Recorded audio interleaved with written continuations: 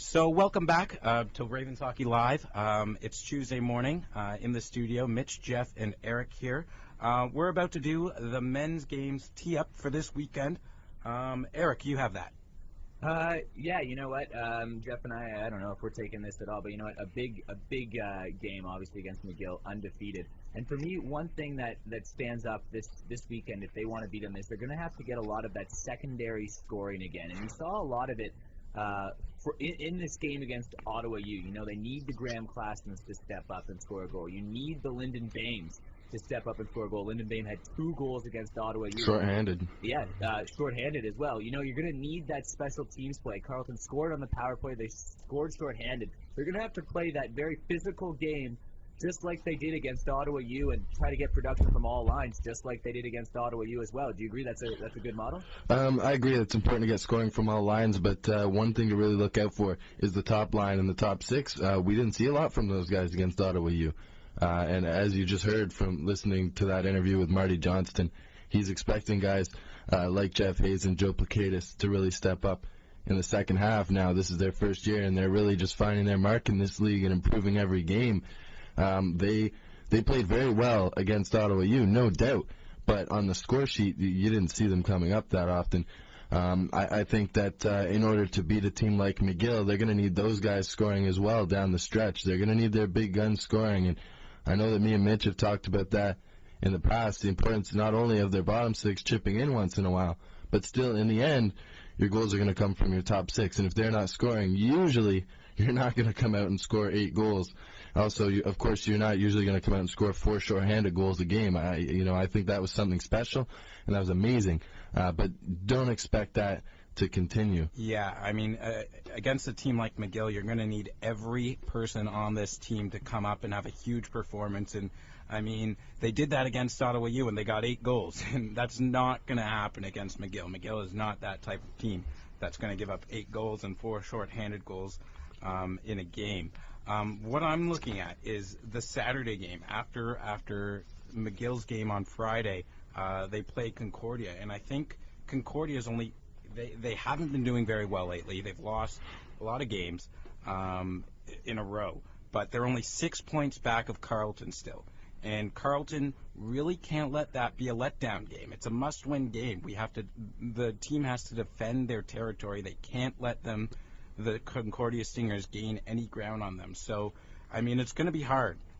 This weekend. But and just to step in there, Concordia, November 14th, that week there was named to the top 10 in the country, and since then they've lost 8-2, 6-4, 11-2, 7-4, and 6-2. So it hasn't been the Concordia Stingers lately. It's more been like the Concordia Stinkers. And it's been more like the McGill Red Hot men since they are undefeated in regulation. Well, what else is new? But, I mean, I look at Concordia, and this is an opportunity for them coming in to really make a statement and to get back into things with a huge game at home against Carleton.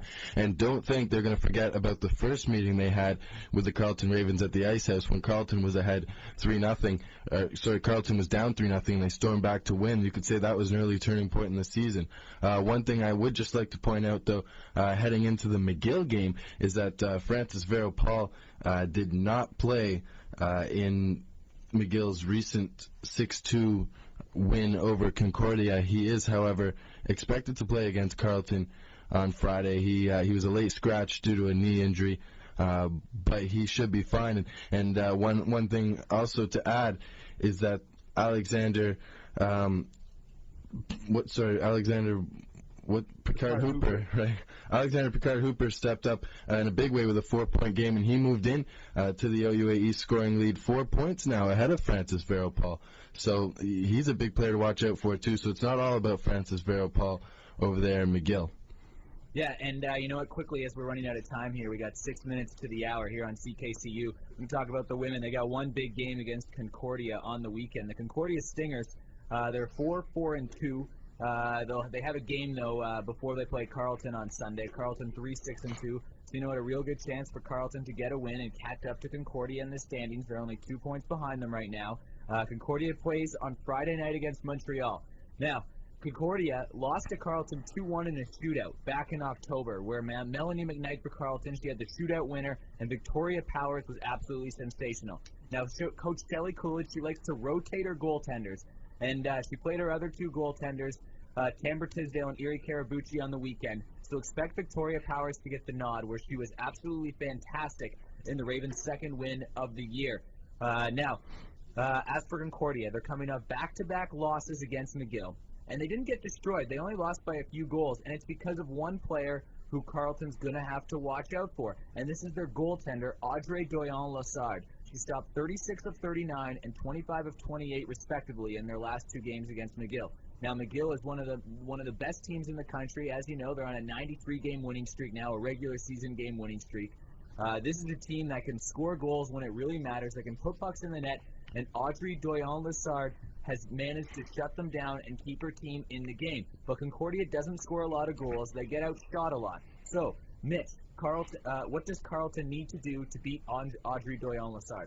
They got to create traffic in front of the net. That was the thing that I was most impressed about in their win against Ottawa U. They have some scorers on defense, some big shooters. So as long as they could create traffic in front of the net, get those deflections, get those loose pucks, get those rebounds, they should be fine. But this is going to be a close game, and their best chance to get that traffic in front of the net and get those chances in Concordia's zone is on the power play. So we're going to have to see the power play step up and do a little better percentage-wise than they've done last weekend. And I think also see a lot of those forwards like Kelsey Vanderveen create some traffic in front of the net too, and get some of those primary scorers like the Claudia Bergerons, who had a great weekend as well.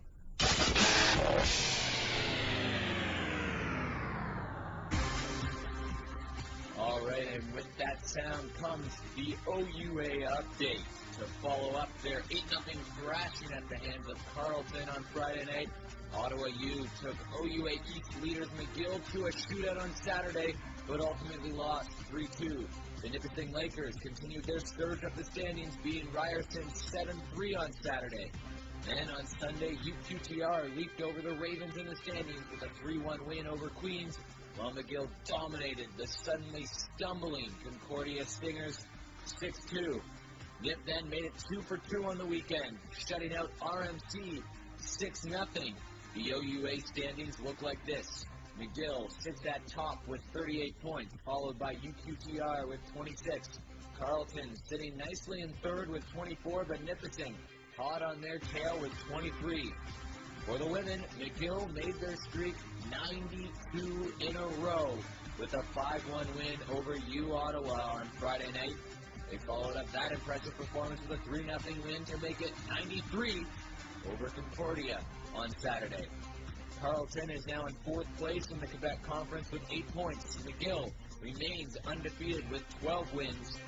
Montreal sits in second with 14 points, Concordia with 11, and U Ottawa stuck in the basement with 7.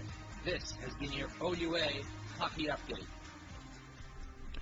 Okay, and we're going to talk a little bit about this recent game against Ottawa U and the top performers, and we were talking a little bit about who really needs to come up big against McGill. Well, who came up big against Ottawa U, and for the men and also for the women? Who are your performers of the weekend, guys? Well, my performer of the weekend has to be on the women's team, and it's got to be Claudia Bergeron. She was a leading scorer for this Carleton Ravens team last season, and she's finally stepped up in a big way. She had a goal and 3 assists against Ottawa U on Friday night, and followed it up with a power play goal and an assist on Montreal for 2 goals and 4 assists on the weekend. I think I have to give my nod to her. Well, we've been talking about all year who's going to step up and score goals for the women's team, and Claudia Bergeron was obviously a source this weekend, but another big source was the entire Ravens defense. They are my performers. There's no I in team. Victoria Gouge had 2 goals and 3 assists. Christian Marsden, who was the interim captain this weekend, the Ravens' normal captain, Sarah Sealer, was playing in Germany. She had 2 goals in the game against Ottawa U, and Erica Skinner had a goal and 2 assists. That was a 12-point performance in 2 games by the Ravens' defense. So let me get this straight. The Carleton Ravens win 8-0 against their crosstown rivals, and you guys leave me to pick the player of the weekend. All right. Well, the obvious choice would be Lyndon Bain with 2 shorthanded goals, but I really have to commemorate Brad Albert for his play. He was absolutely fantastic, and we talked about it a little bit earlier. It was really a team effort on defense to shut down top players like Kyle Ireland and Luke explain. But Brad Albert was absolutely a rock. He had an early goal, and I think he was the major difference. He's come a long way as a defenseman, and yeah, he's definitely the performer of the weekend for me, along with the rest of that Ravens defense. All right, and thank you very much. This has been Ravens Hockey Live. We had a little bit of difficulty at the beginning of the show. If you're listening, if you're online, you have no idea what we're talking about. So it was a perfect show for us. You know what? Listen online, ravenshockeylive.wordpress.com. Follow us on Twitter. This has been Ravens Hockey Live. Thanks for listening once again. Here is your BBC News. BBC News with Jonathan Wheatley.